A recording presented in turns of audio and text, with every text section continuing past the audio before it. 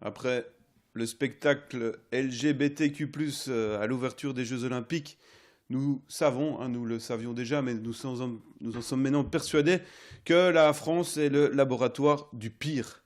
Nous ne sommes donc pas étonnés qu'elle emboîte le pas de la Belgique par rapport à ce qu'on appelle ici en Belgique le guide Evras, hein, le guide à la vie, l'éducation à la vie relationnelle, affective et sexuelle. Euh, mais je pense qu'ils vont encore un pas plus loin que nous, hein. Vous avez vu l'émission avec la Ligue Wallonne de la santé mentale. On vous en dira plus par après par rapport aux accusations qu'on a eues. Mais on va vous passer un petit extrait de nos collègues de Toxin qui nous parlent de l'éducation à la vie relationnelle, affective et sexuelle chez eux. Écoutez ça. Si vous avez des enfants qui écoutent cette émission, c'est le moment de les éloigner parce que ce que je vais lire et raconter est très violent. Et il se trouve que ce que je vais lire et raconter qui est très violent vient Si vous avez des enfants qui écoutent cette émission, c'est le moment de les éloigner parce que ce que je vais lire et raconter est très violent. Et il se trouve que ce que je vais lire et raconter, qui est très violent, vient du prix Goncourt des lycéens. C'est ce livre, Le Club des enfants perdus, de Rebecca Alighieri. Donc ça commence à peu près comme ça. À la façon dont elle frétille contre ma queue, je devine qu'elle a envie d'une pénétration anale, à condition que je la prépare, bien sûr. Et ma main tâtonne déjà sur la table de chevet à la recherche d'un tube de crème que nous réservons à cet usage. Je devrais être heureux qu'elle aime la sodomie. C'est loin d'être le cas de toutes les femmes et j'en connais beaucoup qui ne veulent même pas en entendre parler. Ou plutôt, si elles veulent bien en parler, mais certainement pas passer à l'acte. Ah non, pas question, c'est trop crade. Lave-toi le cul avant si tu ne veux pas que ce soit crade. Mon cul, il marche que dans un sens. Des trucs peuvent en sortir, mais pas y entrer, désolé. À de rares et mémorables occasions, je suis parvenue à convaincre une femme de passer outre ses réticences, mais concernant Burke, qui est la femme de la personne qui parle, du narrateur, je n'ai pas eu à insister, elle l'avait déjà fait avant moi et elle adorait ça. Une fois de plus, je m'introduis dans son cul préalablement lubrifié et travaillé par des rotations vigoureuses de l'index. Mon gland cogne déjà contre je ne sais pas quoi, une protubérance crénelée et spongieuse, et je sens qu'il ne m'en faudrait pas beaucoup plus pour jouir, mais évidemment, je me retiens, je l'attends. J'attends la modification de son souffle, mais aussi l'imperceptible déclic que j'ai appris à guetter quand je suis dans son cul. Je veille à pas salir les draps. Rien ne rebute Burke pendant l'amour, mais elle ne supporte pas la moindre traînée de merde sur nos draps. Ensuite, on a la fille qui pense à l'orgasme de sa mère. Et là, tout s'éclaire. Ce qui amène ma mère à l'orgasme quand elle se masturbe, c'est de projeter sur son écran mental des images d'elle à 20 ans. Elle accélère le frétillement de son index sur son clito et hop, elle jouit avec des larmes de plaisir et de fureur. Une fureur qui s'adresse au passage du temps et au ravage qu'il opère sur les visages et sur les corps. Donc ça, c'est sympa. La fille pense à sa maman. Et puis... Alors, vous en voulez encore, hein? Allez regarder Toxin pour savoir la suite. Mais qui décide de cela? Hein, qui décide de tout cela? Qui décide de donner ce genre de livre à des lycéens? Qui décide de censurer ceux qui remettent en question ça? Quelles sont les factions fascistes minoritaires qui agissent? Parlons d'autre chose, hein. On va passer la campagne de vaccination au Parlement européen, hein, campagne de vaccination 2024-2025. On peut passer l'image contre la grippe saisonnière et la Covid-19. Ces prochains mois, les services médicaux du Parlement proposeront aux députés et aux membres du personnel de se faire vacciner contre la grippe saisonnière et la Covid-19 en accord avec les recommandations des autorités nationales. La campagne débutera à Bruxelles et à Luxembourg le 14 octobre et à Strasbourg le 21 octobre. Préparez vos bras. Mettez des manches courtes, ça c'est moi qui ajoute. Donc la vaccination, ils disent après, est fortement recommandée pour les personnes appartenant à un groupe vulnérable, y compris les plus de 65 ans, celles ayant un indice de masse corporelle égal ou supérieur à 40 et celles souffrant de maladies chroniques. La recommandation pour le vaccin contre la grippe s'étend également aux femmes enceintes, etc. etc. Alors c'est marrant parce que merci à celui qui m'a envoyé sur Messenger mon compte personnel, une enquête d'intérêt public nécessitant votre participation. Ça se passe à Liège. Une enquête 2024 S2, pharmacovigilance, effets secondaires potentiels des vaccins, enquête à destination de tous les citoyens vaccinés et non vaccinés dans le cadre du suivi de l'efficacité et des effets secondaires potentiels de certains vaccins recommandés par les autorités de santé. L'Association belge de la santé vous invite à compléter le questionnaire de pharmacovigilance active se trouvant sur notre site. Voilà. Donc en même temps, ils vaccinent à Strasbourg et à Bruxelles, et en même temps, ils envoient des enquêtes pour vous dire que c'est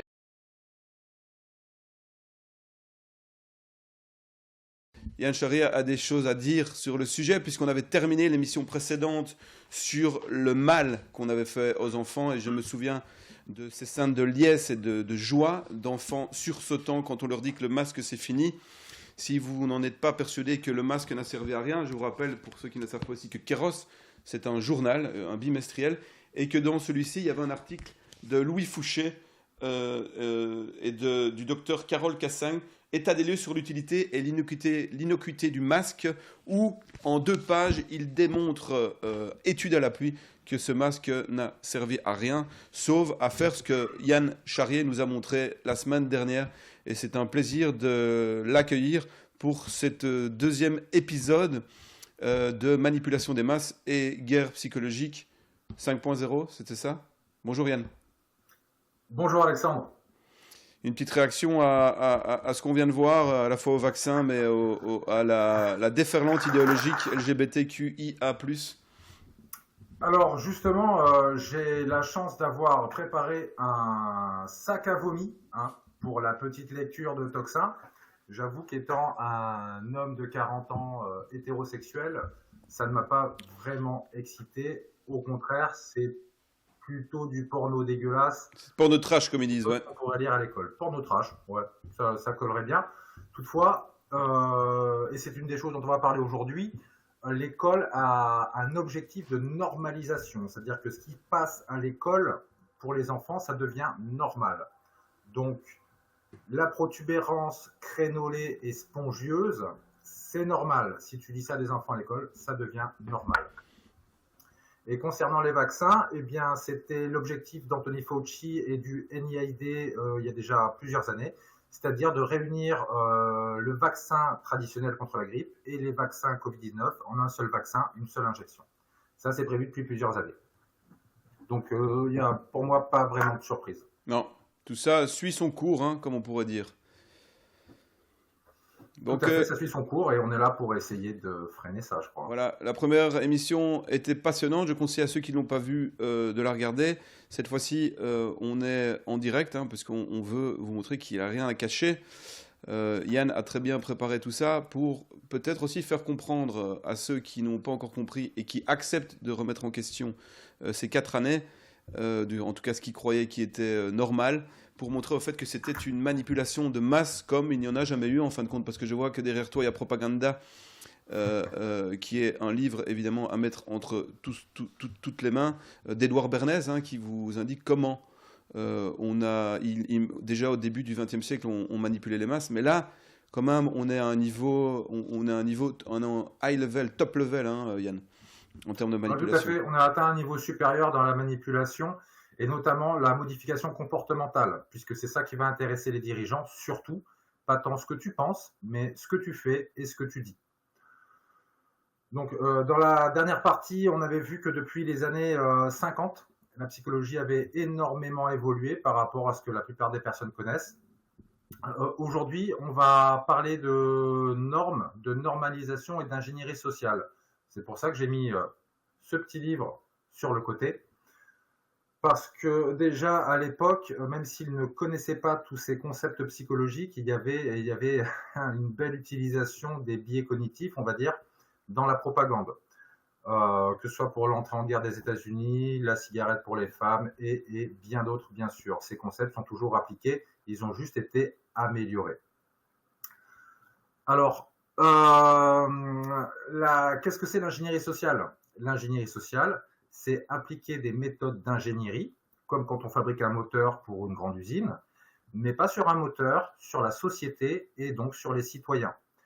Pour pouvoir faire ça, nous allons avoir besoin de principalement 2 outils.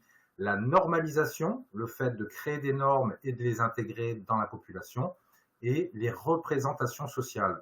Ça, je pense que ça, c'est issu de la psychologie sociale surtout, et je pense que toi, Alexandre, tu as déjà largement entendu parler de ces concepts. Ça me parle tout à fait. Ok. Alors, pour ce qui est de la définition vraiment, vraiment claire de l'ingénierie sociale, moi, je vous invite à aller voir chez Lucien Cerise. Lui définit très bien tout ça et il en parle depuis des années. Donc, je propose de commencer tranquillement. Allons-y. En étudiant les normes sociales. Les normes regroupent l'ensemble des règles et des prescriptions portant sur la façon de percevoir, de penser, de sentir et d'agir. Ce sont des échelles de référence ou d'évaluation qui définissent une marge de conduite, d'attitude et d'opinion permise et répréhensible. Ces normes, elles sont conscientes ou inconscientes. Il faut bien comprendre que dans la société, il y a des normes. Par exemple, la norme de la vitesse sur l'autoroute. En France, c'est 130 km/h. En Allemagne, ce n'est pas la même chose. Toutefois, il y a les normes qui sont obligatoires et conscientes et les normes qui sont inconscientes. Par exemple, là, je suis dans la vidéo, je suis chez moi, je pourrais être torse nu ou en peignoir de bain. Mais comme on est en vidéo, j'ai mis un pull. Je trouvais ça plus correct parce que c'est une norme. Si tu vas dans un camping naturiste, par exemple, tout le monde est tout nu, c'est une norme, et si tu te pointes habillé, ça ne va pas le faire, aussi bizarre que ça puisse paraître. Donc ça a été beaucoup travaillé, notamment par Muzaffer Sherif. C'était un psychologue d'origine turque qui a bien marché aux États-Unis et qui était un précurseur à son époque. Moi d'ailleurs, je suis un grand fan de ce bonhomme. Alors, pour entrer dans quelque chose de plus concret, je vais vous proposer des normes, voilà, des exemples de normes sociales classiques. Mettre des chaussures. Voilà. Pour se balader dans la rue, on peut mettre des chaussures. Si on n'en met pas, ce n'est pas très normal. De la même façon, si tu sors dans la rue en peignoir de bain, même si tu ne montres pas tes fesses, alors on va te considérer comme quelqu'un de bizarre. Alors qu'il n'y a rien de très extravagant à être en peignoir de bain. Être à l'heure au travail, ça c'est obligatoire. Se soumettre à l'autorité, à la hiérarchie, ça c'est une norme. Le seppuku ou harakiri au Japon, si ton patron, à savoir le seigneur féodal de l'époque, n'était pas satisfait de ton travail, tu devais te suicider. Ça, c'est une norme qui est tout à fait normale là-bas. Et c'est normal parce que c'est une norme. Ici en France, ce n'est pas normal que ton patron te demande de te suicider parce que tu as rempli un mauvais dossier. Tenue correcte exigée en boîte de nuit, porter un masque, c'est une norme. C'était une norme et peut-être que ça redeviendra une norme. Je ne l'espère pas. Penser de la bonne façon. En effet, les normes, ça va nous autoriser ou nous empêcher de penser d'une certaine façon ou à certaines choses. Oui, ça va même jusqu'à la pensée. Hein. C'est pas nécessairement quelque chose de public. Hein. Ah oui, tout à fait. C'est une norme Parce que ces normes vont être intégrées dans ta conscience et elles vont passer à un niveau inconscient. C'est ce qu'on appelle la normalisation. C'est l'introjection, mettre à l'intérieur les normes. Telles que ne pas les pieds sur la table quand on mange. Quand on est petit, alors on teste, on essaye de voir la limite, mais quand on est grand, moi je suis sûr que Alexandre ne met pas ses pieds sur la table quand il va au restaurant. Non, d'habitude, non. Ni moi non plus, parce qu'on connaît ces normes. De la même façon, le nazisme. Dans le nazisme, pour être un bon à rien, il faut observer certaines normes. Le nazisme est basé également sur des normes. Alors, là, je vous parle de normes qui existent, hein, vous connaissez tout ça. Mais qu'est-ce qui se passe si on invente une norme? Une norme qui n'a aucun intérêt, qui ne veut rien dire. Est-ce que les personnes vont se laisser normaliser ou pas? Ça, c'est la grande question. Donc, pour montrer l'exemple, je vais vous proposer la première vidéo de cet exposé qui parle justement d'une dame qui est au milieu d'un phénomène de normalisation. To answer that question, we set up a hidden camera experiment to see if this woman would stand up at the sound of this tone, simply because everyone else is. You might be thinking you'd never go along with this. Or would you?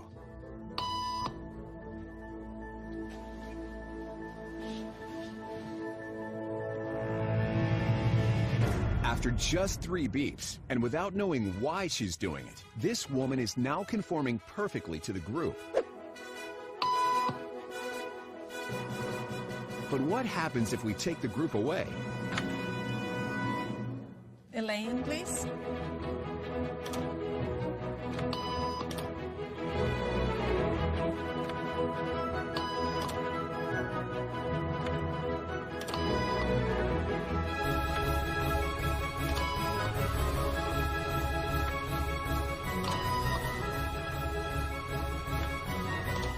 Okay, now she's alone. The crowd is gone and nobody is watching her except our hidden cameras. What do you think she'll do?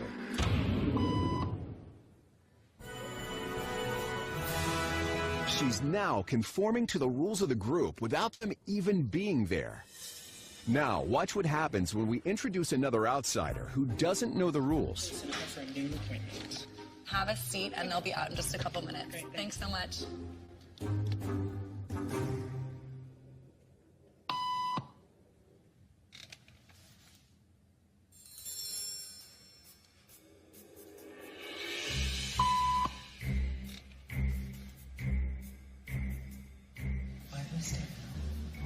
Everybody was doing it, so I thought I was supposed to. Think she'll teach the new guy what to do?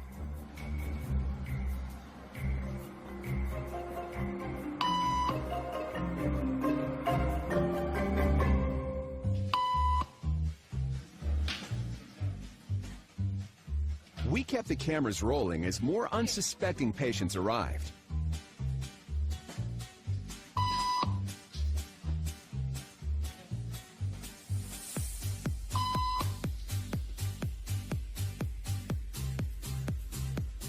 And slowly but surely, what began as a random rule for this woman has now become the social norm for everyone in this waiting room. Here to Hallucinant, n'est-ce pas? C'est génial, oui, je l'avais vu en psychosocial, elle est hallucinante et ça nous parle évidemment par rapport au masque et à tout. C'est ça là-dessus que tu vas venir, je suppose. C'est hallucinant. Je pense qu'il y avait dans le protocole il y a certains sujets qui résistent, mais ils sont minoritaires de chez minoritaires, quoi. Tout à fait. C'est vraiment une minorité des gens qui résistent à ce genre de choses. Et en effet, ça aurait pu être des masques, ça aurait pu être des chaussures rouges, ça aurait pu être de mettre ton slip sur ta tête. Ça ne change absolument rien, ça n'a aucune réelle valeur. C'est juste suivre les autres dans la norme du groupe. Alors, on voit que cette dame, à des moments, est mal à l'aise parce qu'elle ne suit pas le groupe au début. Et finalement, elle va accepter de suivre le groupe parce qu'elle subit ce qu'on appelle une pression normative. Alors, cette pression, elle est extrêmement forte, extrêmement puissante. Elle va modifier ton comportement et le comportement de la plupart des gens qui vont être soumis à de la normalisation. Donc, on prend de la pression normative, on nous normalise, oui, mais à travers quels outils? Parce que il va nous falloir transmettre cette pression normative à travers des outils. Alors, quels sont les outils classiques de normalisation? Les outils de normalisation de base sont 1. L'école, d'accord? Dans l'école, du CP, donc de l'âge de 6 ans à Bac+3, en gros, 60% de ce qu'on apprend, c'est de la norme. Respecter ses camarades de classe, ne pas mettre ses pieds sur la table, faire ses devoirs, s'habiller correctement pour aller à l'école, etc. Quand tu arrives à la fac, tu dois changer ta façon de faire, t'habiller comme un grand, comme un étudiant, les rapports changent, on n'aborde plus les personnes de la même façon, les professeurs sont plus distants, ce sont d'autres normes que tu vas apprendre également. De la même façon, la religion nous propose ou nous impose certaines normes telles que tu ne tueras point, etc. Tout ça, ce sont des normes sociales. Et ça permet également de regrouper les citoyens, la société, pour qu'ils créent un tout cohérent, d'accord? Mais également, il y a le travail. Quand tu vas au travail, tu rentres dans un groupe et tu acceptes les normes de ce groupe. Si tu ne te pointes pas à l'heure au travail, si tu ne portes pas de chaussures ou que tu arrives en peignoir de bain, tu vas vite te faire licencier, alors que tu fais bien ton travail. Ensuite, ce qui nous intéresse peut-être plus ici, c'est la télévision, la radio et les journaux, donc les médias de masse. Les médias de masse, qu'est-ce que c'est? C'est de la standardisation de l'information. C'est-à-dire que l'information va être plus ou moins la même sur la plupart des canaux. Et ça va nous normaliser. Quand tu vois à la télé, dans ton show télévisuel préféré, une dizaine de personnes et d'intervenants qui sont tous masqués, dans ton cerveau, ça va rentrer, tu l'as déjà vu, donc maintenant, c'est normal. Si tu l'as vu à la télé, ça devient plus normal. À la télé, à la radio, dans les journaux. Et enfin, les groupes sociaux et les médias antisociaux que je mets un peu dans la même case. C'est-à-dire que toi, avec ton groupe de potes, vous allez accepter d'avoir quelques mêmes normes pour pouvoir créer un groupe. Par exemple, quand vous allez au bar, plus ou moins tout le monde va prendre la même chose, ou une bière ou du vin, ou va être habillé de la même façon. On va se dire bonjour, ça c'est une norme, vous voyez. Donc, tout ça, c'est de la normalisation. C'est le fait d'intégrer des normes sociales qui sont extérieures à toi-même. Alors, ça, ce sont les outils de la normalisation. Mais la normalisation, on a un peu effleuré, à quoi ça sert? Ça sert à modifier la norme pour modifier le comportement. Si vous vous rappelez, c'est votre comportement qu'on veut modifier. Donc, on passe par la normalisation. Qu'est-ce que tu en penses, Alexandre? Ben, ça marche, on voit doucement où tu arrives. Ce qui est parfois intéressant que j'ai vu en psychosocial, c'est aussi ce qu'on appelait l'ethnologie inversée, qui permet, parce qu'on ne se rend pas toujours compte des normes, mais qui permet quand un groupe culturel, notamment je veux dire, si par exemple des Indiens regardent ce que nous on fait qui nous paraît normal, en fait, quand ils portent le regard sur ce que l'Occident fait, ben, on se rend compte en fait qu'il y a plein de phénomènes, de comportements qu'on considère comme normaux, qui sont totalement anormaux. Hein, tu vois, par exemple, passer la semaine au travail, 40 heures, et puis aller en boîte de nuit, picoler le vendredi soir, ben, il y a beaucoup de cultures où c'est tout à fait anormal. Tu vois, et c'est toujours intéressant. En général, l'ethnologie, c'est fait dans un sens, évidemment, mais l'ethnologie inversée, c'est intéressant de voir ce que d'autres groupes. Et je pense que, justement, pendant le Covid, il y a des pays qui n'ont pas... qui ont vu ce qu'on faisait et qui se sont dit, mais ils sont complètement fous, ceux-là. Voilà, ça me fait penser à ça. Exactement, c'est le principe de la norme. Ce qui est normal pour toi ne va pas être normal pour moi, parce que je ne baigne pas dans la même norme, dans le même cadre sociétal de normalisation. Donc, si tu es OK avec ça, je te propose qu'on envoie une vidéo sur la normalisation avec un ami à vous, un ami à nous, un ami à tout le monde, Jacques Attali. Allons-y. Alors, que devient la liberté dans un système de soins accaparant comme celui-là? Bien, le concept même de liberté va devenir de plus en plus perverti. Et c'est ça qui est fascinant dans cette évolution, et c'est peut-être pour ça qu'elle est le plus terrible. C'est qu'elle va récupérer tous les concepts, y compris celui de liberté. Je dirais même y compris les idées d'Illich dont vous parliez tout à l'heure. Parce que qu'est-ce que c'est cette société de machines qui nous apprend à nous surveiller nous-mêmes? C'est une société qui dit, soyez libres, débarrassez-vous du médecin, soignez-vous vous-même, sortez de l'hôpital, ce que dit Illich. Et autrement dit, elle va, sous prétexte de liberté, sous prétexte d'autonomie, créer les conditions de l'aliénation la plus formidable, qui est en quelque sorte l'aliénation par soi-même, volontaire, à une norme imposée de l'extérieur. On nous dira, il ne faut pas fumer, pas conduire, pas boire, mais aussi pas avoir tel gène dans sa structure héréditaire. Si vous l'avez, vous êtes extérieur à la norme, faites tout ce que vous pouvez pour vous en débarrasser. Et autrement dit, on fera que ce qui est la forme absolue de la dictature, que chacun d'entre nous ait librement, entre guillemets, envie d'être conforme à la norme. Que chacun d'entre nous ait librement, entre guillemets, envie de se comporter comme un esclave. Et ce qui est la forme absolue de la dictature, puisqu'on fera que chacun d'entre nous aura envie d'imiter un modèle, une copie, une sorte d'idéal standardisé qu'on nous imposera de l'extérieur. Et ce qui est fascinant, c'est que c'est à travers la médecine, à travers le bien et le mal, à travers le rapport à la mort, que cette nouvelle forme de société totalitaire est en train de s'installer. On aura demain aux États-Unis ou en Europe une carte comme ça. Une carte d'identité de la santé. La nouvelle carte d'identité que chacun aura qui contient l'essentiel de votre histoire médicale, tout ce que vous avez le droit de faire et de ne pas faire, les maladies auxquelles vous êtes prédisposé qui vous permettent de faire certains métiers ou de ne pas les faire, une sorte de machine de normalisation personnelle. Alors, tout cela, Jacques. C'est fantastique. Jacques Attali qui cite Ivan Illich. Jacques Attali, le grand avant-gardiste, hein, dans son discours, il me fait vraiment penser à Klaus Schwab. C'est vraiment un discours qui paraît, dans Degré Tristesse notamment, un discours qui paraît bienveillant. Donc, mais c'est vraiment une main de fer dans un gant de velours, comme ça. On sent derrière qu'il y a de la perversité, mais je te laisse continuer. Alors, en effet, c'est la main de fer dans le gant de velours. Ces vidéos datent des années 70 à peu près. Les années 70, c'est la grosse période où la psychologie sociale a travaillé sur la normalisation. Donc, il semble cohérent de se dire que ce monsieur Jacques Attali a été assez impressionné par les travaux sur la normalisation et qu'il en a fait un petit peu son cheval de bataille, qu'il a récupéré cet outil à des fins qui lui sont propres. il parle de forme absolue de la dictature. Hein, ce n'est pas sans rappeler 1984. Le mieux, c'est que le peuple, les citoyens, soient eux-mêmes leur propre tyran. C'est ça l'objectif. C'est beaucoup plus facile que de les obliger à faire quelque chose. Et pour juste un titre d'exemple, fut un temps, les femmes n'avaient pas le droit de vote ni de compte bancaire en France. C'était les hommes qui devaient s'en occuper. Et donc, il était plus facile de contrôler l'ensemble de la population puisqu'il suffisait de contrôler uniquement les hommes pour contrôler les femmes aussi. Ça aussi, c'était une norme qui est quelque part une forme de dictature. Alors, la suite, qu'est-ce que c'est? C'est l'ingénierie sociale. Alors, on a vu qu'on va se servir des normes et des effets de normalisation.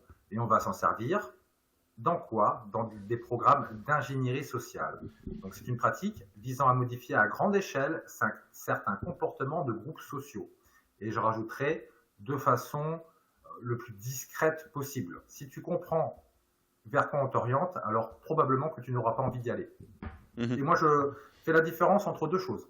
Une pièce d'ingénierie sociale, c'est-à-dire un organisme que je vais créer, un nouvel organisme avec une ou des fonctions, comme un nouveau ministère, par exemple, et une action d'ingénierie sociale qui consiste à modifier le fonctionnement d'un organisme préexistant, mais de le modifier au niveau systémique. Hein, on va voir quelques exemples. Qu'est-ce que ça pourrait être, par exemple, une pièce d'ingénierie sociale? Ça pourrait être l'éducation nationale. Ça, avant, ça n'existait pas. Et on l'a créé, ça modifie la société, ça modifie ce que les gens pensent, et ça modifie donc leur comportement à long terme. Surtout si, par exemple, je normalise dans l'éducation nationale des récits pornographiques en tout genre. Mais également le baccalauréat. Hein, j'ai cru comprendre qu'en Belgique, le baccalauréat n'existait pas. Non. Voilà. Mais comment est-ce que vous faites pour aller à l'université? Eh bien, c'est simple. À la fin du lycée, si tu as eu la moyenne, tu es suffisamment qualifié pour aller à l'université.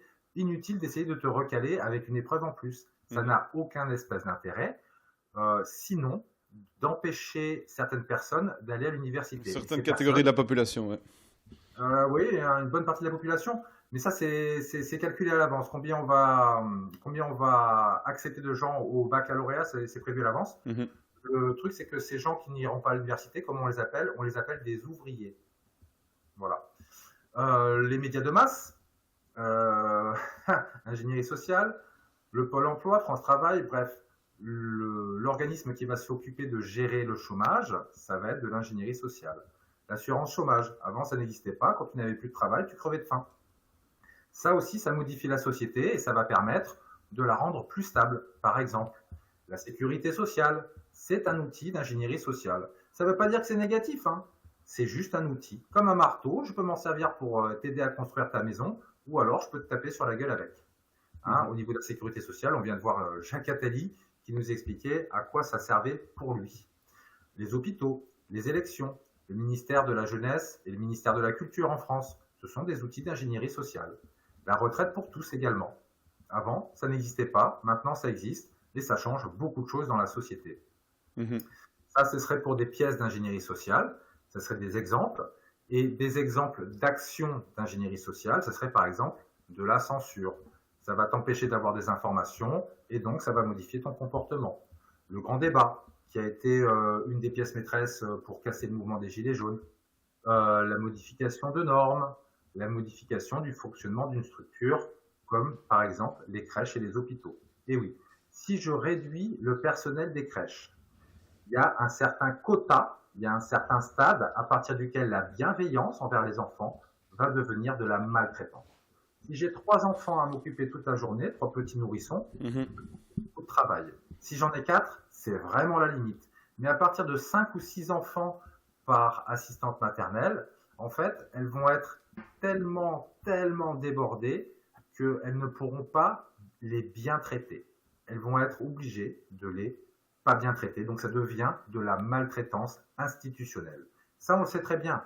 Il y a de nombreuses crèches qui se sont levées contre le fait de passer à plus d'enfants par personne.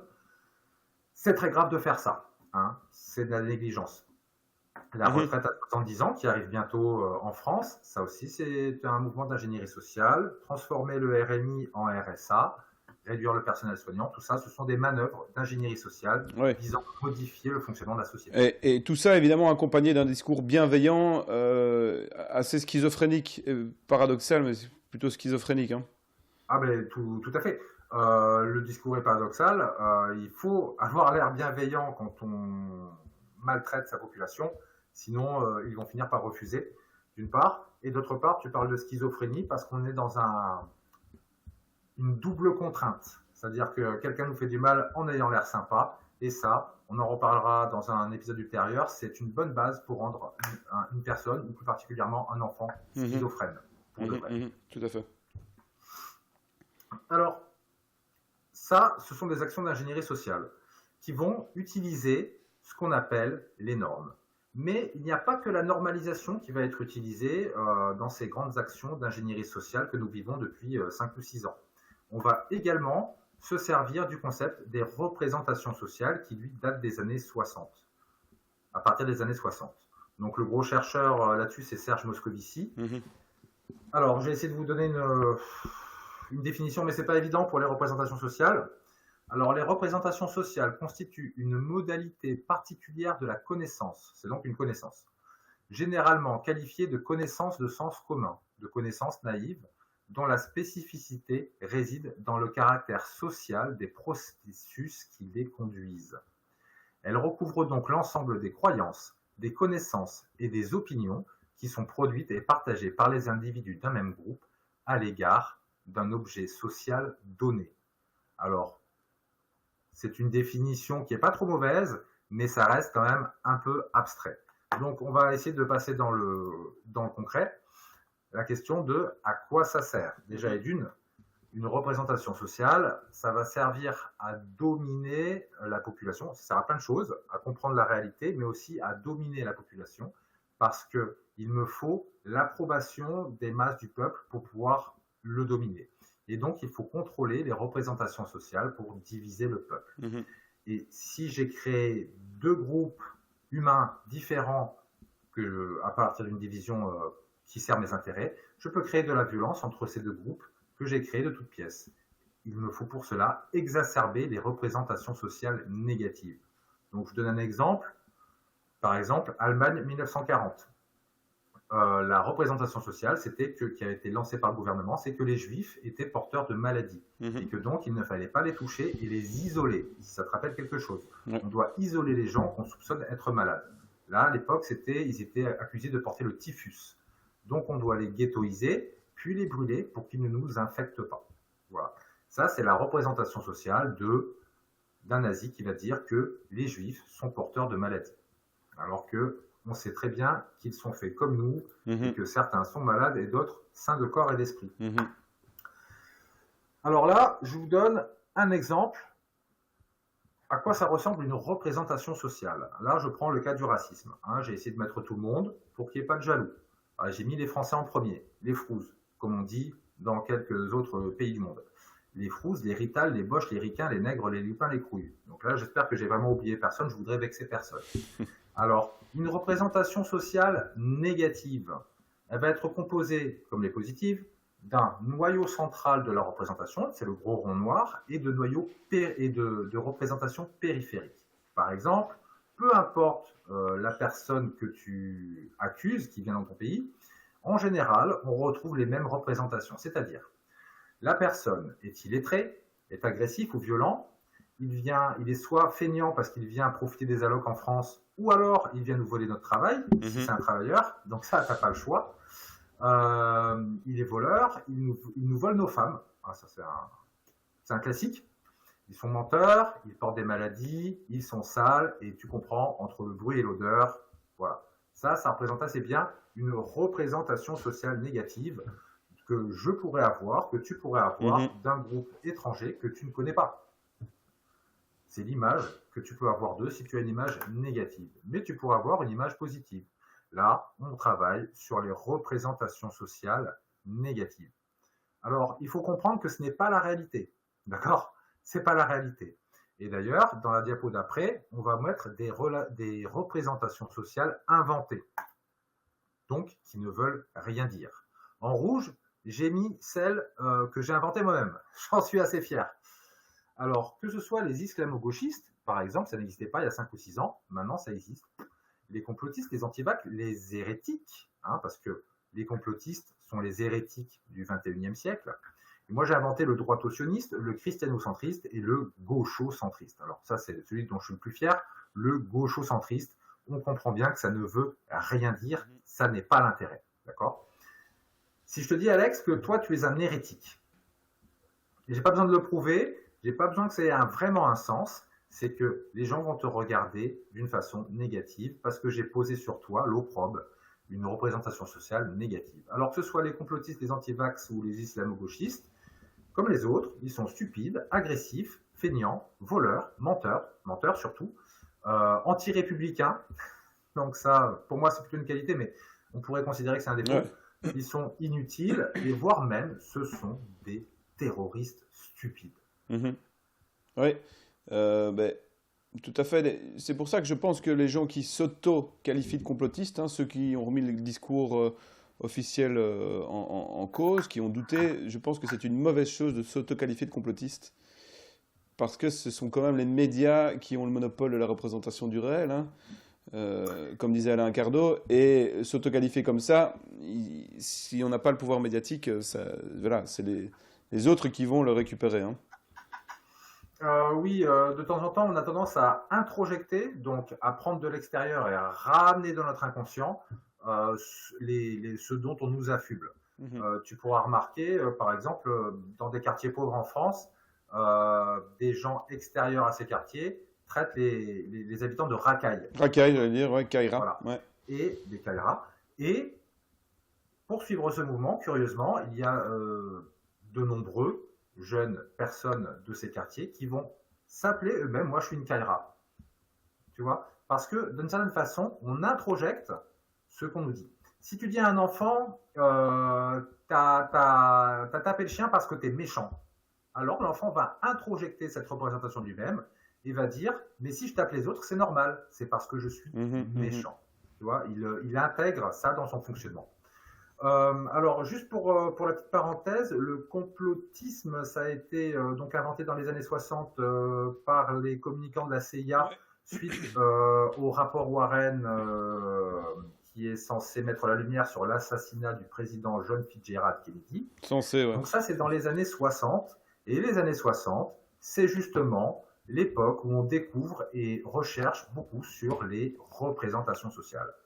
Donc, on prend un concept en haut de psychologie expérimentale, on le prend, on s'en sert, on le passe à des ingénieurs qui vont créer un outil d'ingénierie sociale, là, à travers les représentations sociales, le complotiste. Mais que tu sois complotiste, antivax, hérétique, islamo-gauchiste, c'est la même chose, ça ne veut rien dire. Alors, je passe à la suite. Voilà, c'est encore pareil, le bétail. Le bétail, si j'aime mes vaches, je les vois pas comme ça. Si je les aime pas et que pour moi c'est juste une usine à fric qui est bonne, qui a passé au mixeur à viande, alors je vais dire que mon bétail, il y en a trop, il est trop nombreux, il est vecteur de maladies, je veux le piquer, les vaches sont feignantes, inutiles, elles mangent trop. Elles coûtent cher, elles sont sales et stupides. C'est exactement la même chose, ou presque, que ce qu'on a vu précédemment. Donc, ces représentations sociales sont surdéterminées en partie par le rapport entre les groupes sociaux dominants et dominés.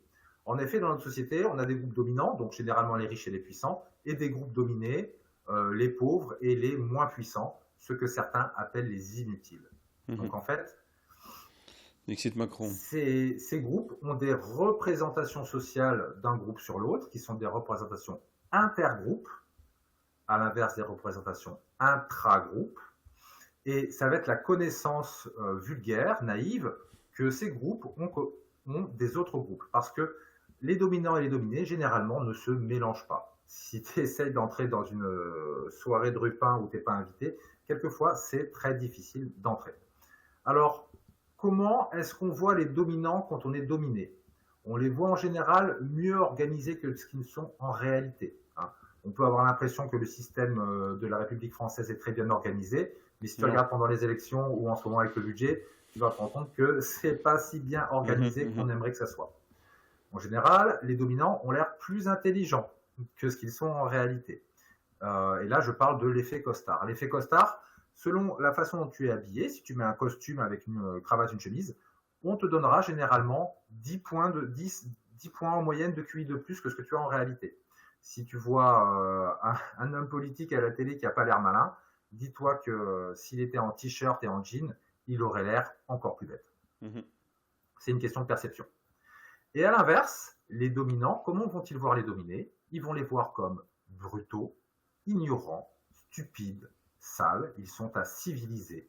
Et là, j'ai rajouté une petite phrase qui est une vraie mine si tu la mets sur ton moteur de recherche. C'est la phrase « exterminer toutes ces brutes ». Hein. C'est une des bases du génocide. Pour avoir un bon génocide, il faut avoir une représentation sociale très très négative du groupe dominé que tu comptes génocider. Donc, tu vas te servir de la télévision, de la radio, etc. pour dire que tel peuple, telle tribu, telle couleur de peau ou telle école de pensée sont à exterminer. Donc, pour finir avec ce tout petit chapitre sur les représentations sociales, on va voir... ah non, excusez-moi, j'ai complètement oublié qu'on avait une petite vidéo à se mettre sous la dent qui est une illustration de ce que pourrait penser un dominant de la classe des dominés. Ce monsieur, il s'appelle Yuval Harari, il a écrit un livre très célèbre. Voilà, donc je vous propose. Encore une fois, il me semble que la plus grande question qui se posera dans les prochaines décennies sur le plan économique et politique sera de savoir quoi faire de toutes ces personnes inutiles. Je ne pense pas que nous ayons un modèle économique pour cela. Ma meilleure hypothèse, et cela reste une présomption, est que la nourriture ne sera pas un problème car avec ce genre de technologie, nous serons en mesure de produire de la nourriture pour tout le monde. En revanche, il reste la problématique de l'ennui, que faire avec ces gens et comment ils vont trouver un sens à leur vie alors qu'ils sont insignifiants et n'ont aucune valeur. À ce stade, ma meilleure suggestion serait d'avoir recours aux drogues et aux jeux vidéo.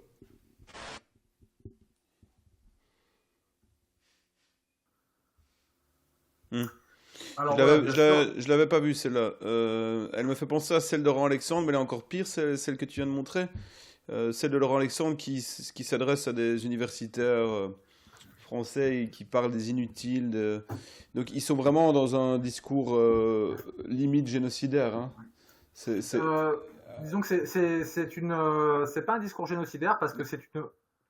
Pour avoir un bon génocide, il y a plusieurs conditions à respecter. Donc là, moi, je vous invite à aller voir chez Raoul Peck, P-E-C-K, qui est un spécialiste du génocide, qui a fait de très bons films et documentaires sur le sujet. Mais bon, je veux dire, il pousse pas au génocide parce qu'il dit, mais on sent que c'est toujours touchy, limite, mais là, c'est dire gavez-les de télévision, droguez-les de jeux vidéo, quoi.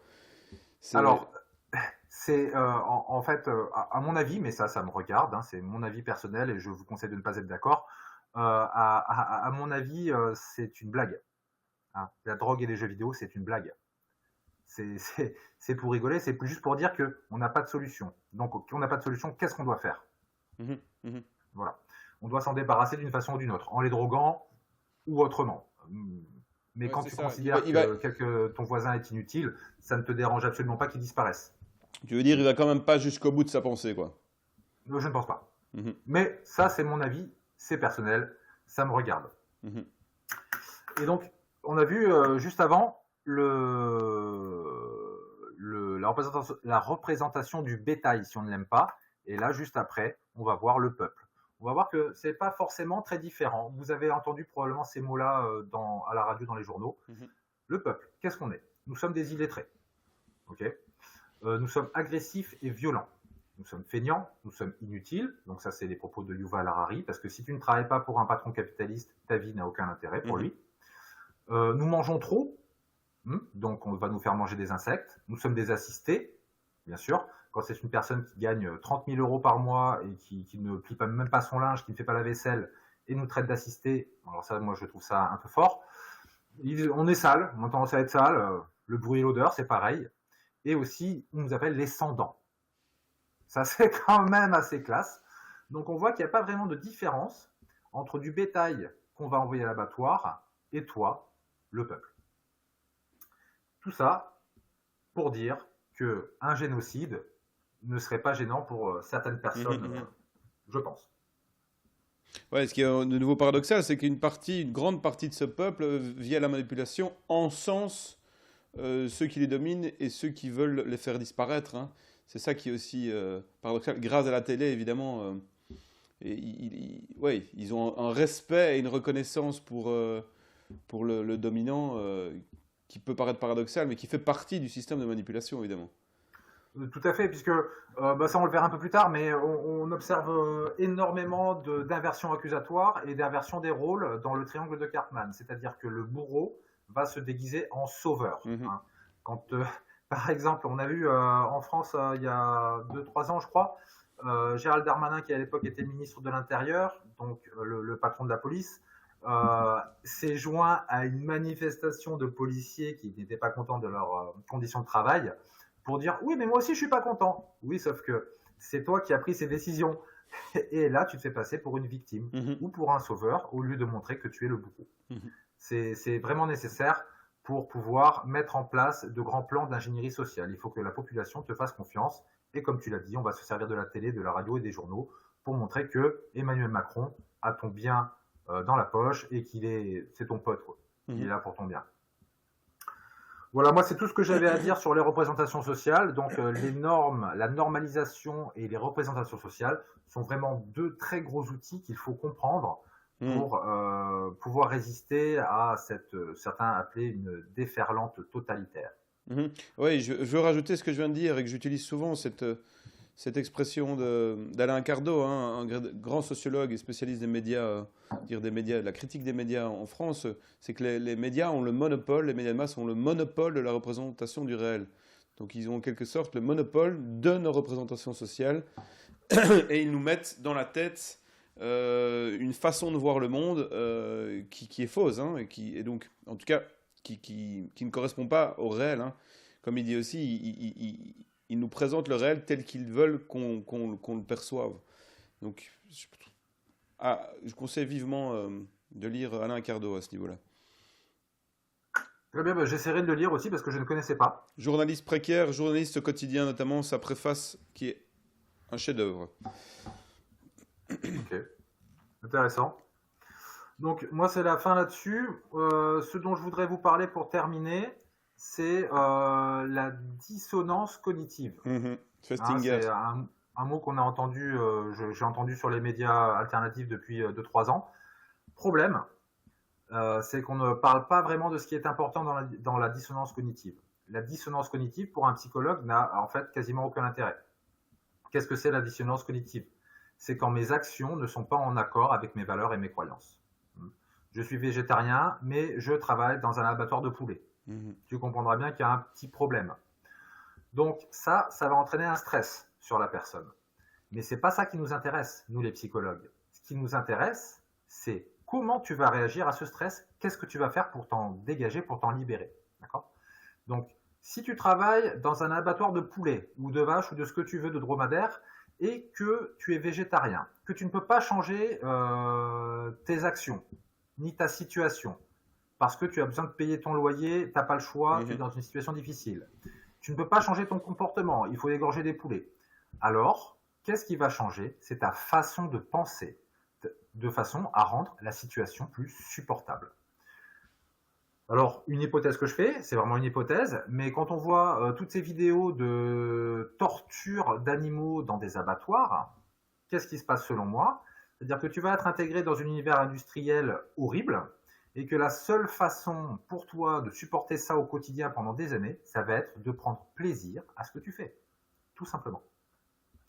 Et donc, tu vas devoir changer ta façon de penser et pour ce faire, si tu arrives à torturer des animaux, alors, d'une certaine façon, ça va te faire du bien parce que tu auras moins mal le reste du temps dans ton petit cœur.